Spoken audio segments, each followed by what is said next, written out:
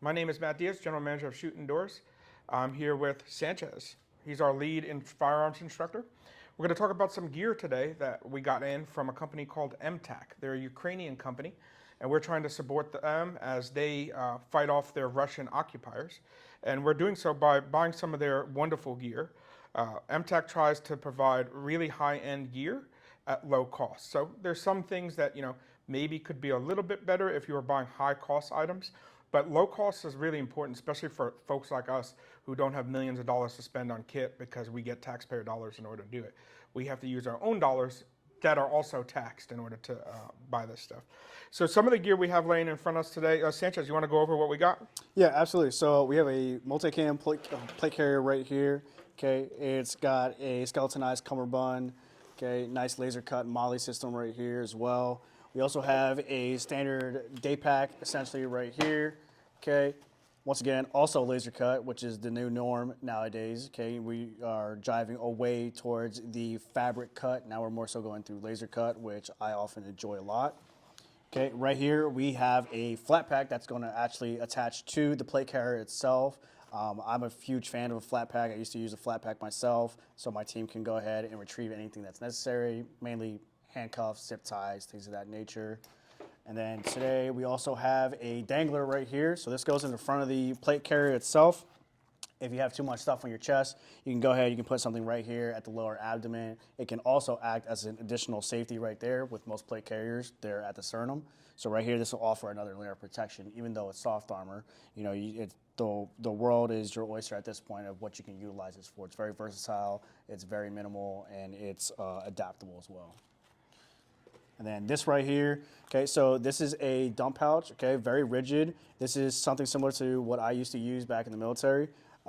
As you see right here, okay, it folds up and then you just come right underneath.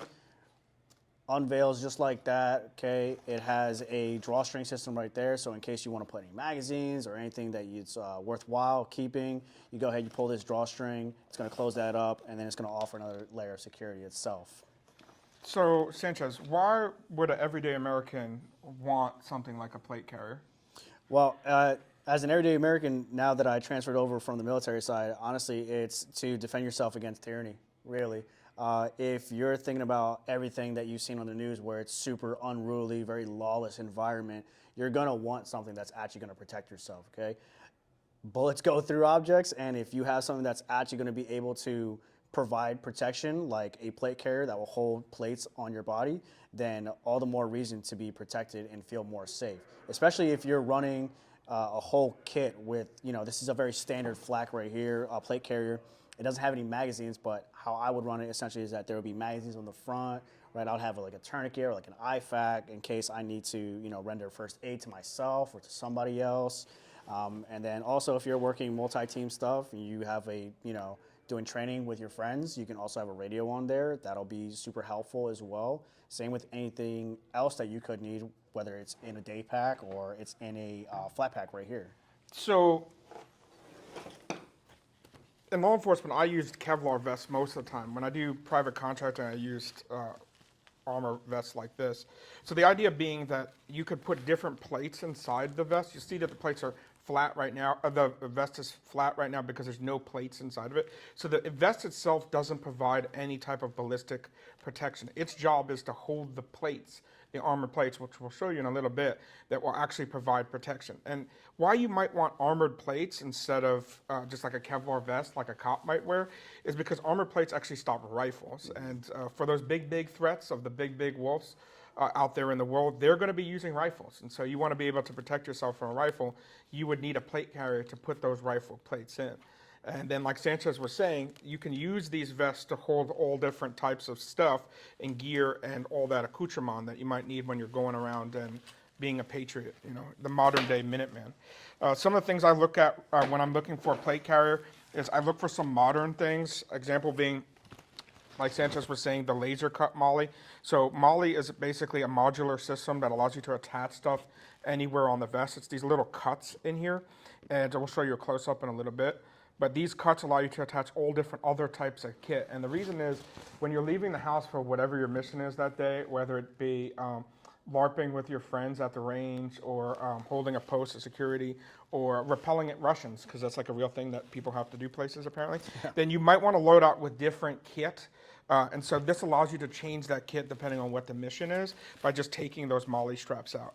I do like the shoulder padding. I look for these breathable mesh on the inside. So you actually see that there's mesh on the inside that allows air to go in so that you get a wicking effect, so that your sweat actually helps you cool and it actually will dry up and get out of there. And then you'll see there's placards on the front. These placards can actually peel off, and so that allows it to be a little bit easier. You can have different placards set up in different ways. Instead of having to redo the MOLLE, you just Velcro it on and off. And it has modern MOLLE cummerbunds on it, which is, these are basically like, I'd say like a low vis version, or Absolutely. like a minimalist version rather. 100%. Which do you prefer starting with a minimalist one, or do you like with more shit on it already, or how do you like it? Me personally, I like the minimalist itself. Coming from my military background, we had these with a lot of material on it, and quite frankly, whenever I'm looking at plate carriers, right, ounces equal pounds, pounds equals pain. So at that point, right, you can do just as much as you can with a minimalist cummerbund than you can with one that has too much material. Like we had material right here, material right here. We had some other stuff that was irrelevant to today's modern day and age of the standard warfighter. So this should be the new norm nowadays. If you want to be fast, you want to be agile while maintaining security, then a minimalist cummerbund is going to be your best friend. I noticed that there's like the waterproof zipping here. So it's not just a regular zipper there. There's actually some waterproofing to that. You have nice ties on each of the zippers. You know, they feel like higher end, you know, clips and doodads on it. You know, obviously these are not going to be the same as vests that are 3 times its price point. Yeah. But, you know, for an everyday American, somebody who's, you know, the Minuteman planning for something that may or may not never ever come, depending on how you look at it, this is probably a better starting point than most things are. Absolutely. And you're not getting fake gear. Like this is, even though M-Tac started as an airsoft company, in like 2014, they switched over to making real military gear. And this stuff is actually battle tested. This is what Ukrainians are using right now today to fight off the Russian orcs out there in the battlefield. So if I have this plate carrier, what's some stuff, like we have a bag here on the table. So what's the next thing we might add on to that plate carrier out of this stuff that we have on the table? So depending on what the situation is, right, or what your end goal or your end statement is going to be, you want to outfit yourself to the best of your capabilities, right? So if you're rocking this with a team, right, what exactly is your role in that team? Okay, are you the medical personnel? Right? Are you a breacher? Okay? Are you the team lead? And then from there, you can outfit your kit. Okay? So me personally, I would put a flat pack on here, right? Because with my background, I'm pretty much just going to be that team lead asset, or maybe someone that's just going to be, you know, a DM, right, a designated marksman. And what I need is less, right? So in this flat pack itself, I would attach that to the back of this plate carrier, and then from there, I can do everything that it is that I need to do. If I was more so like a medic, right, I would want a bigger entity, essentially. Excuse me, lost a lack of better words right there. So I would use like this backpack, right? So you can still attach this backpack to the back of your plate carrier itself. Maybe I might have some medical supplies in here, okay? Maybe I might have some extra handcuffs, right, zip ties if I get into like an EPW situation, right, an enemy prisoner of war, okay? And we have to either, you know, interrogate them, right? Or maybe we're just basically rendering some simple aid to somebody on the battlefield.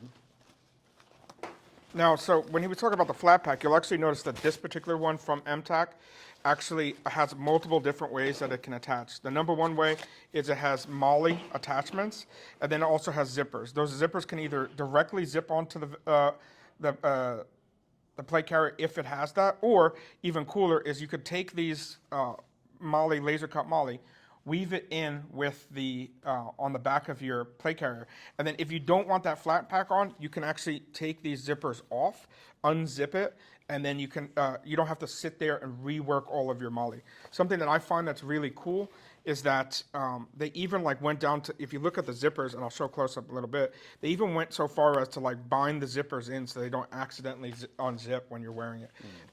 These flat packs have a hydration pouch set up already inside of it. You'll notice that they have a nice felt lining in there so you can actually stick on different Velcro things in different spots. There's some bungee cord on the outside to keep extra crap because you never know what it's going to be. When I use flat packs on my gear, I usually use it to put snacks. So like if you're holding a post for long periods of time, I like to put snacks for myself and also for my partner, because if I'm sitting there chowing down, you know they're going to look at me and be like, "Oh, can I have some?" So I put that in my flat pack. You know, things to be aware of is with flat packs are, they're really designed to be like a team pack because you can't actually reach most of your stuff in it. Like, again, that's the reason why I always put 2 snacks of everything in my back, because I'm going to have to ask my buddy to get it out of there, and you know he's going to want some. That's why you might want to go with a standard backpack at some points, because then you can actually take the whole thing off and set it down. Talking about backpacks, you know, I like having a backpack that you can remove easily yourself, because if you have a lot of kit in it, you can dump that in one location and come back to it later on, or dump it in a vehicle. I've also used these in conjunction with a flat pack on occasion. It's still doable as well. I already like this bag. We haven't actually used any of this stuff yet. We're actually going to personally kit up both of our kits and add it to our kits. And we're going to use it on the range. And if I have any contracts between now and then, I might also use it on a contract and see how that goes. But just some things I see already that I kind of like is I like that there's laser cut MOLLE like everywhere. Like it's just all over the entire bag. There's, you know, bungees to add extra stuff. There's all different attachments. There's a drag handle on it already, which is good. You know, I might probably put a more length on that if I needed to. What do you think about it there? I like it. So whenever I was running flat packs that had straps on them, okay, the biggest thing that people overlook is the buckle itself, right? So for example, if I'm running this pack, right, let's pretend I have a kit on, okay, and I need to actually go ahead and retrieve something from there. Say my buddy is standing a post and he's not paying attention, playing his switch or whatever it is, right? Okay, you can just unclip that, you can literally just swing it around, and then now you can go ahead and you can retrieve your stuff. Then all you need to do is literally just hook it back onto your arm, put it back on your kit, and then at that point you're going to have to yell over to your buddy and be like, "Hey, you mind strapping me up?" Right? If you're not that flexible, okay? But once again, that's something that's very overlooked. I enjoy it. If you look at a lot of old school day packs, essentially, a lot of them don't have that. So a lot of guys are like, you know, trying to take off both straps, and they got all this kit, and they're rattling around like a toy, and then next thing you know, you're giving away your position, right, and you're just looking goofy. And then some stuff can get jumbled up, and you get tied up. It's, you know, things happen, right? Nothing's ever impossible whenever you're in a heightened situation. But the inside is pretty good. I like the inside. It's got a hydration pouch right here as well, right? On the inside of your bag. Yeah, so usually what I put on the inside of my bag is going to be chem lights, right? So, you know, for those who don't know what chem lights are, they're glow sticks, right? So it's a method of marking that you can use, okay? So I usually put chem lights, I put extra markers, right? Because in today's day and age, especially with like the war on technology and the advancements of technology, sometimes it's not as reliable. So what is reliable? Pen and paper. So I might have some note-taking gear inside here, right? Might have a compass, right? Protractor, things of that nature to do any like back azimuths or stuff like that if I'm doing land navigation. And then also snacks, honestly. If you're going out on a long trek and you're doing like an observation post or what have you, you're gonna need food, right? Don't be one of those guys where it's just like, I'm big bag and duff, I don't need snacks. No, brother, you're gonna need snacks. Yeah, okay? then those are the guys who then like start, you know, not paying attention on the post or are complaining that their muscles are hurting them. You got to remember hydration, you got to remember electrolytes, and you got to remember protein if you're going to keep that brain thinking. Some of the things I like on this bag already is that it has some areas that you can run either your camel pack drinking spout through, or you could do antennas or whatever else you need to run through it. It has like Sanchez was saying, it's already pre-set up for hydration pack, and then also you have your mesh on the inside. It's a good little, you know, throw-on pack. I would describe it as like an alternative to the flat pack It's about the size of it is what I would say. You know, not quite yet a day pack on this side yet. We haven't gotten to that stuff yet. Right now, we're focusing on like the fighting man stuff for the M-Tac bags and equipment.